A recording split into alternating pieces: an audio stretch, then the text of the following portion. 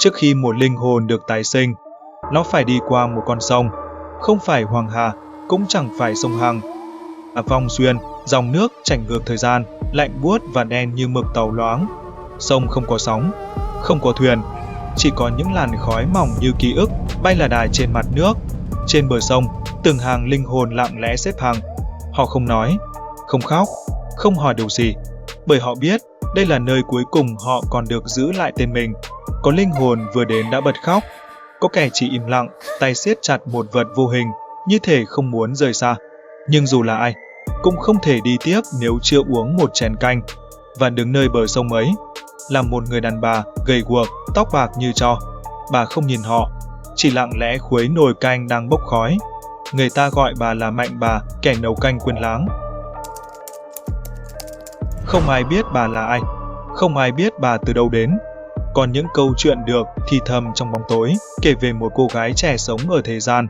Cô gái ấy dịu dàng, có ánh mắt ấm áp như mùa thu và nụ cười làm mọi người xung quanh tan chảy. Người ta nói cô đã yêu một người con trai, một người mà cô trao trọn cả trái tim mình. Nhưng tình yêu ấy không được đáp lại. Người ấy phản bội cô, để lại cô đơn lạnh lẽo giữa dòng đời. Trong một đêm mưa đen kịt, cô không chịu nổi nỗi đau, đã gieo mình xuống dòng sông lạnh lẽo để linh hồn tan vỡ theo làn nước chảy xiết. Nhưng linh hồn ấy không thể rời khỏi trần gian. Nó bị cuốn trôi qua âm giới, nơi những bóng ma không thể tìm được lối về. Có người lại kể khác, nói bà từng yêu một con quỷ, một sinh vật bóng tối đầy quyền lực. Tình yêu ấy cháy bỏng đến mức bà đã bỏ lại hết tất cả để theo hắn xuống địa ngục. Nhưng khi xuống đó rồi, con quỷ ấy đã quên bà và quên hoàn toàn, để lại bà bơ vơ giữa vực thẳm vô tận. Ký ức của bà, những ký ức đau đớn ấy, không giết chết bà, nhưng cũng không cho bà cơ hội sống tiếp. Bà trở thành một thực thể giữa hai thế giới. Một bóng ma không thể quên, không thể nhớ, không thể siêu thoát. Và từ đó, bà mang trong lòng một nỗi cô đơn sâu thẳm, không thể nào kể xiết. Bà không oán, không hận, chỉ xin Diêm Vương một điều. Được ở lại bờ Vong Xuyên, không đầu thai, không chuẩn kiếp, chỉ để nấu một nồi canh. Canh Mạnh Bà, thứ canh khiến mọi linh hồn quên đi kiếp trước, quên oán hận, quên tình yêu, quên thù sông nghiệp nặng. Người ta bảo canh ấy vô sắc, vô vị, nhưng có người uống vào bật khóc, có kẻ lại bật cười, vì ngay khoảnh khắc trước khi lãng quên, họ nhớ ra điều quan trọng nhất, rồi mất nó mãi mãi. Nồi canh ấy được nấu từ nước sông Vong Xuyên, quấy cùng cành hoa bỉ ngạn, loài hoa chỉ nở bên bờ sinh tử. Mỗi ngày, bà lặng lẽ nhặt hoa rơi. Mỗi đêm, bà quấy nồi nước đen ngòm, không khói, không mùi. Bà không còn nhớ tên người mình từng yêu, nhưng vẫn đứng đó suốt nghìn năm, như thể đang đợi một linh hồn nào đó quay trở lại. Mỗi linh hồn, khi đặt chân đến bờ Vong Xuyên, đều phải uống một chén canh. Canh ấy không đắng mà cũng không cay, không có vị ngọt và cũng chẳng có mùi thơm. Nó chỉ như nước lá, nhưng lại khiến lòng người chấn động. Bởi vì khi uống vào, mọi ký ức sẽ tan như làn khói mỏng. Tên gọi, tuổi thơ, mối tình đầu. Người mẹ già vẫn đang chờ con nơi dương thế. Cái chết cuối cùng và nỗi đau khắc sâu trong tận linh hồn. Tất cả sẽ biến mất. Không một ai được giữ lại quá khứ. Không một ai được mang theo oán hận hay yêu thương. Vì chỉ có như thế, họ mới có thể đầu thai và bước sang kiếp sống mới, như một trang giấy trắng. Chén canh ấy được nấu bằng nước sông Vong Xuyên, là dòng nước đen đặc, chảy qua thế giới người chết. Trên mặt nước, những cành hoa bỉ ngạn đỏ rực trôi lặng lẽ như màu loáng của những ký ức đã lãng quên.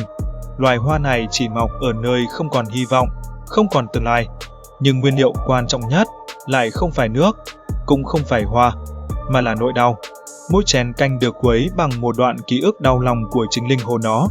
Nước sôi bằng tiếng khóc và mùi thơm thoảng qua từ những điều chưa kịp nói. Có linh hồn thì vừa khóc và vừa uống.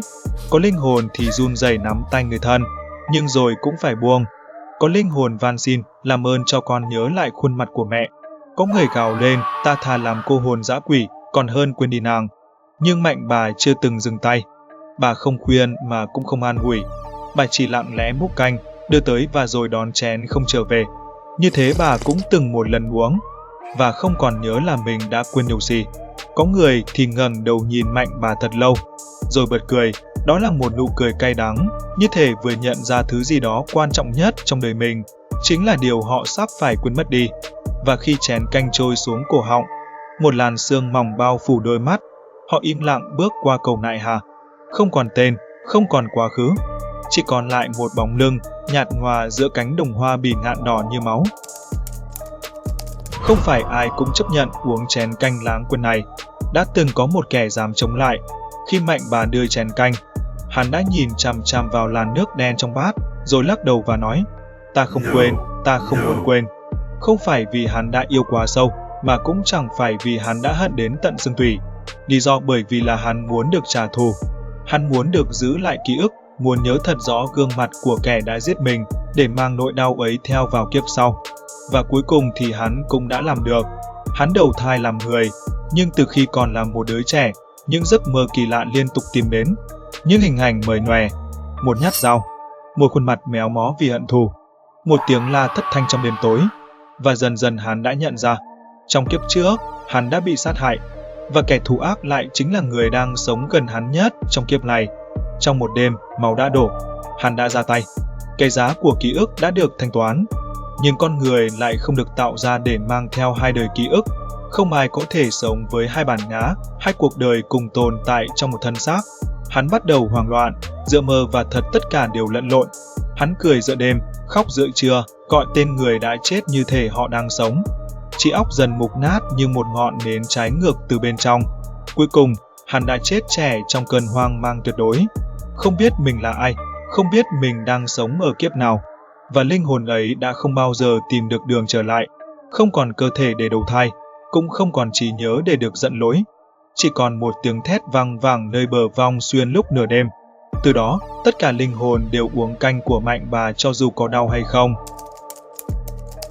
Có người tin rằng, chén canh của Mạnh Bà không thật sự xóa ký ức, nó chỉ bị niêm phong ký ức ấy vào một góc rất sâu, rất tối trong linh hồn.